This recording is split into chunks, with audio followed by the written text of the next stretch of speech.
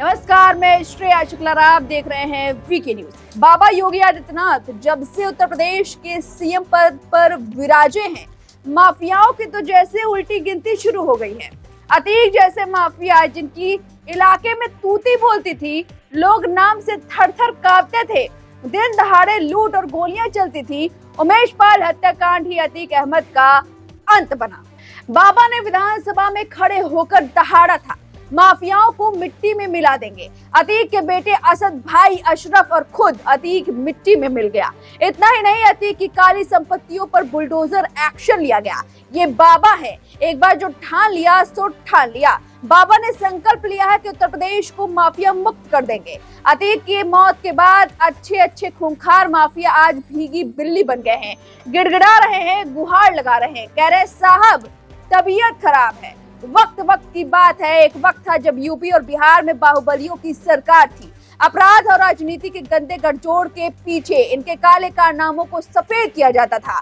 लोगों में खौफ इतना था कि प्रताड़ित होने के बावजूद माफियाओं के खिलाफ गवाही देने की हिम्मत तक नहीं पाते थे। लेकिन आज माफियाओं के उल्टे दिन शुरू हो गए हैं। इन माफियाओं और गुंडों की हालत बद से बदतर हो गई है। इनमें से कई जेल की सलाखों के पीछे रहते हुए अपना दम तोड़ चुके हैं, तो कई अपने गुनाहों के शिकार हो चुके हैं। जो बचे हैं वो आज भी जेल की चारदीवारी के अंदर तड़प रहे हैं। उनको न ठीक से खाने को मिल रहा है, न चैन से सोने को नसीब हो रहा है। यहाँ तक कि बीमार होने के बाद भी वो जैसा इलाज चाहते हैं वो नहीं हो पा रहा है, क्योंकि जेल प्रशासन अपने मैनुअल के हिसाब से सुविधाएं प्रदान करता है।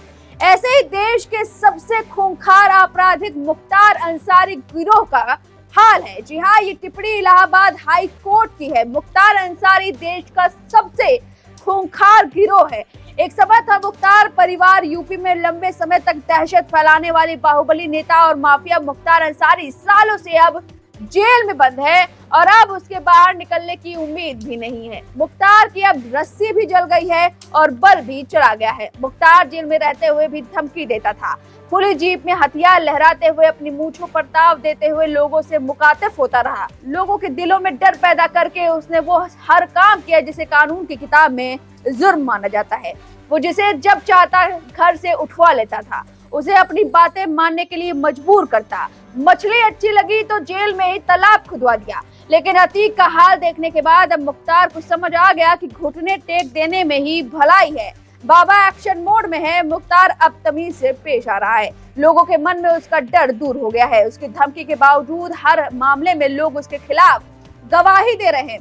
गैंगस्टर मामले में यूपी के बाराबंकी जिले में एमपी एमएलए कोर्ट में उत्तर प्रदेश के बाहुबली मुख्तार अंसारी की पेशी हुई। पेशी वीडियो कॉन्फ्रेंसिंग के जरिए हुई। बांदा जेल में बंद बाहुबली मुख्तार जज से फरियाद करने लगा। मुख्तार अंसारी ने कहा, साहब मैं बीमार हूँ, यहाँ पर मेरा सही से इलाज नहीं हो पा रहा है, साहब मेरे समुचित इलाज का आदेश कर दिया जाए। मुख्तार अंसारी की इस फरियाद पर जज ने कहा, प्रार्थना पत्र आते ही इस पर कार्रवाई की जाएगी। अब इस मामले में अगली सुनवाई 27 अक्टूबर को होनी है। देखा जाए तो मुख्तार अंसारी का अब सब कुछ खत्म हो रहा है। बांदा जेल में बंद इस गैंगस्टर को अब अपना सब कुछ खत्म होता नजर आ रहा है। सरकार तो पहले से ही उनके पीछे हाथ धोकर पड़ी है, इसके विशाल साम्राज्य को खत्म करने में लगी हुई है। लेकिन उसको सबसे ज्यादा ये बात चुभ रही है कि लोगों के बीच उसका डर अब खत्म हो रहा है। तभी तो बांदा जेल में बंद बाहुबली वीडियो कॉन्फ्रेंसिंग के जरिए सुनवाई के दौरान भी काफी परेशान दिख रहा है। अपने गवाह को देखकर बार बार पानी पी रहा है। पिछले दिनों बाराबंकी के एमपी एमएलए कोर्ट में फर्जी एम्बुलेंस कार्ड में सुनवाई चल रही थी। इस दौरान केस के तीसरे अहम गवाह दरोगा सुरेंद्र सिंह गवाही देने के लिए कोर्ट में पहुंच गए थे। दरोगा सुरेंद्र सिंह को देखते ही मुख्तार अंसारी पसीने से तरबतर हो गया। अपनी परेशानी को छुपाने के लिए बार बार पानी पीता रहा। अब मुख्तार अंसारी अपनी तबीयत की गुहार लगा रहा है। जज सामने के साहब कह रहा है, साहब तबीयत खराब है, इलाज के लिए कुछ करें। इस तरह से मुख्तार अंसारी की अब खटिया खड़ी होते हुए दिखाई दे रही है। बाबा एक्शन मोड में है। बाबा के राज में माफियाओं को थर थर कांपना ही पड़ेगा। फिलहाल इस जानकारी पर आपकी जो भी राय है हमें कमेंट करके जरूर बताएं। वीके न्यूज, राष्ट्र के नाम।